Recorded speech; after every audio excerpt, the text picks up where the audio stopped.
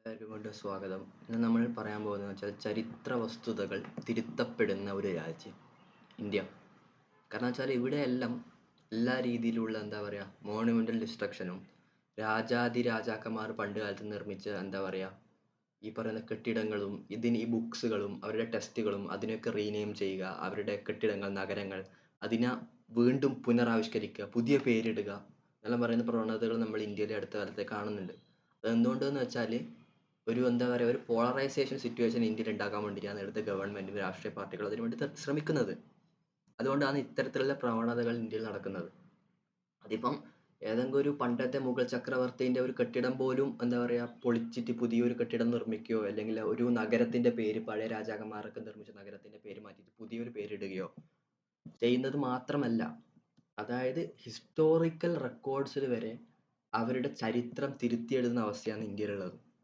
NCERT കാണുന്നുണ്ട്, ചരിത്രം വരെ തിരുത്തി എഴുതി എഡിറ്റ് ചെയ്ത് NCERT ടെക്സ്റ്റ് ബുക്ക് വരെ എഡിറ്റ് ചെയ്യുന്ന രാജ്യമാണ് ഇന്ത്യ. നീ ആലോചിച്ച് നോക്ക്, ഹിസ്റ്ററി വരെ എന്താ പറയുക ആ ഒരു രീതിയിൽ തടയുന്ന, അതിനെ വരെ എഡിറ്റ് ചെയ്യുന്ന, ചരിത്രത്തെ പോലും തടയുന്ന ഒരു രാജ്യമാണ് India. So what kind of countries is this? മനസ്സിലായി? നമ്മൾ ഇത് ഇങ്ങനത്തെ ഒരു രാജ്യത്താണ് നമ്മൾ ജീവിക്കുന്നുള്ള മനോഭാവം ആർക്കും എന്താണ് മനസ്സിലാവുന്നില്ല. ഇപ്പൊ അമേരിക്കൻ്റെ ഏറ്റവും വലിയ ഗുണങ്ങളിലൊന്ന്, ഇപ്പൊ അമേരിക്കനെ നമ്മൾ ഏറ്റവും കുറ്റം പറഞ്ഞാൽ പോലും ക്യാപിറ്റലിസത്തിന് കുത്തകയാണ് മറ്റേതാണ് പിറ്റേതാന്ന് പറഞ്ഞാൽ പോലും അമേരിക്കൻ ഏറ്റവും വലിയ ഗുണങ്ങളിലൊന്നെന്ന് വെച്ചാൽ അമേരിക്കയിൽ നമുക്ക് എന്ത് കാര്യവും പറയാം. ഈവൺ ഇഫ് നമ്മൾ പറയുന്ന കാര്യം ശരിയാണോ തെറ്റാണോ, അത് ശരിയാണോ തെറ്റാണോ എന്നുള്ളത് നമ്മളത് പറഞ്ഞതിന് ശേഷം മാത്രമേ നമുക്ക് എവാലുവേറ്റ് ചെയ്യാൻ പറ്റൂ. ഫസ്റ്റ് ഓഫ് ഓൾ ഒരു സാധനം നമ്മൾ അവിടെ പറയണം. ഈവൺ ഇഫ് നമ്മൾ പറഞ്ഞ സാധനം തെറ്റാണ് പൊട്ടത്തരാണെങ്കിൽ പോലും അത് പറയണം. അത് പറയാനുള്ള അവകാശം അവിടെ ഉണ്ട്. അതാണ് ഞാൻ പറയുന്നത്. കാരണം വെച്ചാൽ ഇപ്പം ഞാൻ പറയുന്ന ഒരു കാര്യം എന്താ പറയുക എല്ലാവരും എഗ്രി ചെയ്യണമെന്നില്ല, അല്ലെങ്കിൽ വേറൊരാൾ പറയുന്ന കാര്യം ഞാൻ അതേപടി എഗ്രി ചെയ്യണമെന്നില്ല. പക്ഷെ അയാൾ അഗ്രി ചെയ്യുന്ന ഞാൻ ഡിസഗ്രി ചെയ്യുന്ന കാര്യവും ഞാൻ അഗ്രി ചെയ്യുന്ന അയാൾ ഡിസഗ്രി ചെയ്യുന്ന കാര്യവും അത് പറയാനും ആ പറഞ്ഞതിന് ശേഷം അതിന് ക്രിട്ടിസൈസ് ചെയ്യാനോ എന്ത് വേണമെങ്കിലും ചെയ്യാനുള്ള അവകാശമാണ് നമുക്കുള്ളത്. ഫസ്റ്റ് ഓഫ് ഓൾ അത് പറയണം. ആ പറയാനുള്ള അവകാശത്തെ തടഞ്ഞാൽ എന്തായിരിക്കും നമ്മുടെ രാജ്യത്തിൻ്റെ അവസ്ഥ? അതാണ്, അത് ഒന്നും പറയാൻ പറ്റില്ല. That's basically happening in India.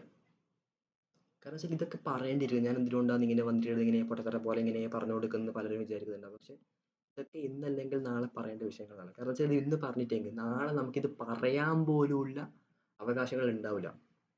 അതുപോലും തടയപ്പെടും. That's what's basically happening in India. കാരണം വെച്ചാൽ ഞാനിപ്പോൾ ഈ കേരളത്തിൽ നിന്നുകൊണ്ടാണ് ഈ കാര്യങ്ങളൊക്കെ പറയുന്നത്. പക്ഷേ കേരളം ഐ തിങ്ക് കുറച്ചും കൂടി ബെറ്റർ ആണ്. കുറച്ചും കൂടി comparatively I think Keralam is better ഇന്ത്യയുടെ മറ്റ് സ്റ്റേറ്റ്സിനെ നോക്കിക്കഴിഞ്ഞാൽ. കാരണം എന്ന് വെച്ചാൽ ഒന്നുമില്ലെങ്കിൽ കുറച്ചെങ്കിലും ഒരു ചെറിയ രീതിയിലുള്ള ആവിഷ്കാര സ്വാതന്ത്ര്യം കേരളത്തിൽ പിന്നെയും ഉണ്ട്. ഇന്ത്യയുടെ മറ്റ് സംസ്ഥാനങ്ങളുടെ അവസ്ഥ ഇതിനെക്കാട്ടും ഭയങ്കര ദയനീയമാണ്, എസ്പെഷ്യലി നോർത്തിലെല്ലാം. കാരണം people are criticizing like people like Dhruv Rathee പോലുള്ള ആൾക്കാർ എന്താ പറയുക എല്ലാവർക്കും കുറ്റം പറയുന്നുണ്ട്. എന്താണോ ചെയ്തത്, ഓൻ എന്തോ പൊളിറ്റിക്കൽ അജണ്ട ഉണ്ട്. ആ പൊളിറ്റിക്കൽ അജണ്ട അല്ല, ഓൻ ശരിയെന്ന് തോന്നുന്നത് ഓൻ അഡ്രസ്സ് ചെയ്യണമെന്ന് തോന്നുന്ന കാര്യങ്ങൾ പറയുകയാണ് ജനങ്ങൾക്ക് മുമ്പിൽ. അത് ഇന്നല്ലെങ്കിൽ നാളെ ഒരാൾ പറയണം. പറഞ്ഞിട്ടെങ്കിലാണ് പ്രശ്നം പറ്റുന്നത്. കാരണം ഇപ്പം ഇങ്ങനെ ഒരാൾ വന്നിട്ട് ഇങ്ങനത്തെ കാര്യങ്ങൾ പറയുമ്പോൾ ആൾക്കാർക്ക് മനസ്സിലാവും, ഓക്കെ ദിസ് ഈസ് ഹാപ്പനിങ്, ഇതിനെ നമ്മൾ അഡ്രസ്സ് ചെയ്യപ്പെടണം. അപ്പം അങ്ങനത്തെ ഒരു കാര്യം വന്നിട്ട് അവിടെ പറഞ്ഞിട്ടെങ്കിൽ വാട്ട് ടൈപ്പ് ഓഫ് ഞങ്ങൾ ഇതൊന്നും അറിയ പോലും ഇല്ല. ഇപ്പോൾ ധ്രുവ് റാട്ടിയോ അങ്ങനത്തെ ഒരു ചാനലോ ഇല്ലെങ്കിൽ ആൾക്കാർ ഇതൊന്നും അറിയൂല. ഇങ്ങനെ പൊട്ടന്മാരെ പോലെ നമ്മളിങ്ങനെ ഒരു ലൂപ്പിൽ കടന്ന് കറങ്ങിക്കൊണ്ടിരിക്കും. ഇന്ത്യക്കാർ ഏറ്റവും വലിയ പ്രശ്നം എന്ന് വെച്ചാൽ നമുക്ക് നന്നാവാൻ താല്പര്യമില്ല. നമുക്ക് ആ ഒരു സ്ഥിതി തന്നെ നിൽക്കണം. നമ്മൾ എങ്ങനെയാണോ ഉണ്ടായിരുന്നത് അതേ സ്ഥിതി തന്നെ നിൽക്കാൻ താല്പര്യമുള്ള ഏറ്റവും വലിയ ജനങ്ങളാണ് ഇന്ത്യക്കാർ. നമുക്ക് മാറ്റത്തിന് താല്പര്യമില്ല. അതുകൊണ്ടാണ് ഇന്ത്യ പണ്ട് എങ്ങനെയാണോ ഉണ്ടായത് അതേപോലെ തന്നെ വലിയ മാറ്റങ്ങളൊന്നും ഇന്ത്യക്ക് കാര്യമായി സംഭവിച്ചിട്ടില്ല. പലരും പറയുന്നത് മോദിൻ്റെ കീഴിലാണ് ഇന്ത്യക്ക് വലിയ രീതിയിലുള്ള ഡെവലപ്മെൻറ്റും മറ്റേതും പിറ്റേതെല്ലാം ഉണ്ടായിരുന്നത്. പക്ഷെ എനിക്ക് basically I don't think so. Okay, മോദിൻ്റെ പരമായിട്ടുള്ള കോൺട്രിബ്യൂഷൻസ് എക്കണോമിയിൽ ഉണ്ടെങ്കിൽ പോലും ഇന്ത്യ ഇന്നും ഒരു എക്കണോമിക് പവറായി ലീഡ് ചെയ്യുന്നത് അല്ലെങ്കിൽ അത് ഗ്രോ ചെയ്യുന്നതിന് മെജോറിറ്റി കാരണം അല്ലെങ്കിൽ മേജർ കാരണം എന്ന് പറയുന്നത് പണ്ട് കാലത്ത് ഈ നെഹ്റുജിയും ഈ പറയുന്ന പണ്ട് കാലത്തുണ്ടായ ഈ രാജീവ് ഗാന്ധിയിൽ ഇംപ്ലിമെൻ്റ് ചെയ്ത പല പ്രൊജക്ട്സിൻ്റെയും പേരിലാണ് ഇന്നും ഇന്ത്യയുടെ എന്താ പറയുക എക്കണോമിക് ഡെവലപ്മെൻറ്റ് നടക്കുന്നത്. നെഹ്റുജി പണ്ടുണ്ടാക്കിയ പ്രൊജക്ട്സാണ് ഇന്നും ഇന്ത്യക്ക് എക്കണോമിക് ഗ്രോത്ത് നൽകുന്നത്. അല്ലാണ്ട് നമുക്ക് സ്വന്തമായിട്ടൊരു പ്രൊജക്റ്റോ ഇംപ്ലിമെൻറ്റേഷനോ കാര്യമായിട്ടുള്ള ഒന്നുമില്ല. പണ്ട് കാലത്ത് നിർമ്മിച്ച നിർമ്മിതിയും പണ്ട് കാലത്ത് നിർമ്മിച്ച കോർപ്പറേറ്റ് സ്ഥാപനങ്ങളും അതിലൂടെ തന്നെയാണ് ഇപ്പോഴും ഇന്ത്യയുടെ എക്കണോമി വളരുന്നത്. വലിയ രീതിയിലുള്ള മാറ്റങ്ങളൊന്നുമില്ല. വലിയ സ്റ്റാർട്ടപ്പ് മറ്റേത് വിറ്റേത് എന്ന് പറയുന്നുണ്ടെങ്കിൽ പോലും ഇന്ത്യയുടെ ഏറ്റവും വേറെ പ്രശ്നം എന്ന് വെച്ചാൽ സ്റ്റാർട്ടപ്പ് എക്കണോമിയാണ്. പക്ഷെ പ്രശ്നം എന്ന് വെച്ചാൽ ഇപ്പോൾ ഒരു 1000 സ്റ്റാർട്ടപ്പ് ഉണ്ടെങ്കിൽ അതിലൊരു 10% സ്റ്റാർട്ടപ്പ് മാത്രമേ വിജയിക്കുന്നുള്ളൂ. 90% സ്റ്റാർട്ടപ്പും ഫെയിൽഡ് ആണ്. ഒന്നാമത് വെച്ചാൽ ഗവൺമെന്റ് ഫണ്ടിങ് ഇല്ല ഇന്ത്യയിൽ. കാരണം സ്റ്റാർട്ടപ്പിന് മെജോറിറ്റി ഗവൺമെന്റ് ഫണ്ടിങ് ഇല്ല. ഈവൻ ഇഫ് സ്റ്റാർട്ടപ്പിന് ഈ ബഡ്ജറ്റിന് അടുത്ത കാലത്ത് ചെറിയ രീതിയിലുള്ള ഗവൺമെന്റ് ഫണ്ടിങ് നൽകിയെങ്കിൽ പോലും ഭയങ്കര ബുദ്ധിമുട്ടാണ് ഇന്ത്യയിൽ ഒരു സ്ഥാപനം വളർത്തിയെടുക്കുക എന്ന് വെച്ചാൽ വളരെ ബുദ്ധിമുട്ടായിട്ടുള്ള കാര്യമാണ്. അത് അത്ര എളുപ്പമല്ല. കാരണം വെച്ചാൽ ഒരുപാട് കടമ്പകളുണ്ട്. അതായത് ഇന്ത്യയിൽ ഒരു കമ്പനി നമ്മൾ തുടങ്ങിയാൽ പിന്നെ നമുക്ക് ആ ഗവൺമെന്റുമായിട്ട് ഫൈറ്റിനെ നമുക്ക് നേരം ഉണ്ടാവും. പിന്നെ കമ്പനി വളർത്താൻ നമുക്ക് നേരം ഉണ്ടാവില്ല. ഓരോ ഡിമാൻഡാണ്. അത്രയേറെ വലിയ ഡിമാൻഡാണ് ഇന്ത്യത്തെ ഓരോ ഗവൺമെന്റും ഓരോ പൊളിറ്റിക്കൽ പാർട്ടിയും ഓർഗനൈസേഷനും മുന്നോട്ട് വെക്കുന്നത്. അതുകൊണ്ട് തന്നെ ഒരു സ്ഥാപനം ഇന്ത്യയിൽ വളർത്തി വിജയിച്ചെടുക്കുക എന്ന് വെച്ചാൽ അങ്ങനെ എടുക്കുന്നവരുണ്ട്. അത് അത്രയും വലിയ എഫേർട്ട് വേണം. It's not easy. അമേരിക്കയിൽ പോയിട്ട് ഒരു ബിസിനസ് സ്റ്റാർട്ട് ചെയ്യുന്ന പോലെ ഒട്ടും ഈസിയല്ല ഇന്ത്യയിൽ. കാരണം വെച്ചാൽ ഇന്ത്യയിൽ നമുക്കൊന്നും പുതുതായിട്ട് ഉണ്ടാക്കാൻ വലിയ താല്പര്യമില്ല. നമുക്ക് ഇല്ലതിനെ നശിപ്പിക്കാനാണ് താല്പര്യം. മനസ്സിലായോ? നമുക്കങ്ങനെ നമ്മളെ സിറ്റുവേഷൻ മാറ്റുന്ന, നമ്മളെ ബെറ്റർ ആക്കുന്ന ഒന്നിനോടും നമുക്ക് താല്പര്യമില്ല.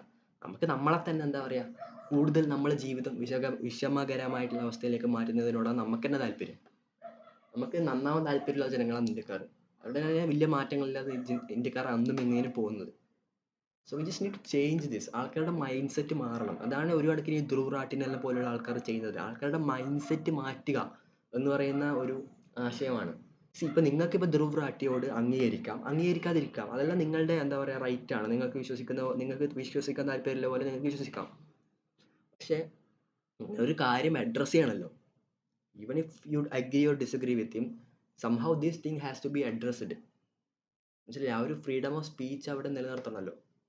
അതുകൊണ്ട് നിങ്ങൾ ധ്രുവ് റാട്ടി നീ പരിപാടി നിർത്തണം, നിന്റെ ചാനൽ ബാൻ ചെയ്യണം എന്നെല്ലാം പറയുന്നത് വളരെ പൊട്ടത്തരമാണ്.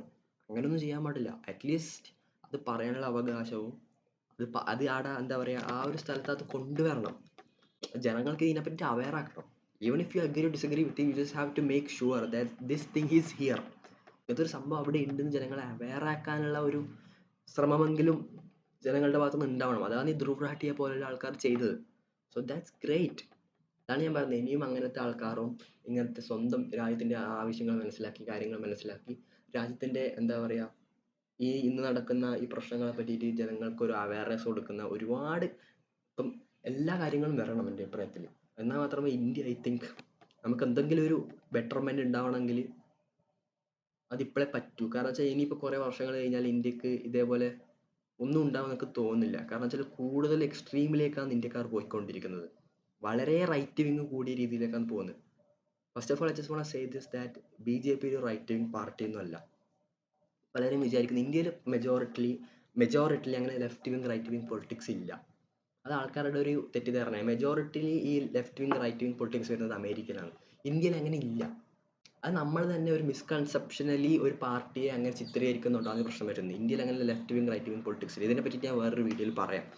മനസ്സിലായില്ലേ? കാരണം നമ്മൾ തന്നെ കൂടുതൽ BJPനെ റൈറ്റ് വിങ് അങ്ങനെ പറഞ്ഞാൽ അവർ കൂടുതൽ മൂർച്ഛിക്കുക മാത്രമേ ചെയ്യൂ. അങ്ങനെ പറഞ്ഞാൽ BJPക്കാർക്ക് ചൊടി വരും. അവർ കൂടുതൽ ശക്തി പ്രാപിക്കും. കാരണം ഈ റൈറ്റ് വിങ് എന്ന് പറയുന്ന ആശയത്തിൻ്റെ ഒരു പ്രധാനപ്പെട്ട ഇതെന്ന് വെച്ചാൽ നിങ്ങൾ അവരെ കൂടുതൽ റൈറ്റ് വിങ് എന്ന് പറഞ്ഞാൽ അവർ കൂടുതൽ റൈറ്റ് വിങ്ങായി മാറുകയുള്ളൂ. നമ്മൾ കാഴ്ചപ്പാട് മാറ്റണം. നമ്മൾ ഇപ്പോഴും ഈ ഇന്ത്യയിൽ left wing right wing politics ഇല്ല.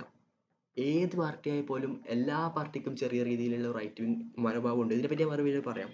സോ ഞാൻ ഈ പറയാൻ ഉദ്ദേശിക്കുന്നത് എന്ന് വെച്ചാൽ നമ്മൾ ഈ പറഞ്ഞതെന്ന് വെച്ചാൽ ഫ്രീഡം ഓഫ് എക്സ്പ്രഷൻ തന്നെയാണ് ഈ ഒരു വീഡിയോയിലും പറഞ്ഞത്. എന്നുവെച്ചാൽ ആൾക്കാർ മനസ്സിലാക്കണം. Just need to be aware of the surroundings that you live in. നമ്മൾ ചുറ്റും നടക്കുന്ന കാര്യങ്ങൾ ജസ്റ്റ് ഒന്ന് എവാലുവേറ്റ് ചെയ്യുക. അതായത് എന്താണ് ഈ രാജ്യത്ത് നടക്കുന്നത്, മനസ്സിലായില്ലേ? സോ ജസ്റ്റ് ഒന്ന് അതിനെ പറ്റിയിട്ടൊന്ന് അവെയർ ആക്കുക എന്ന ഉദ്ദേശം മാത്രമേ ഈ വീഡിയോക്കുള്ളൂ. So that's it. So thank U.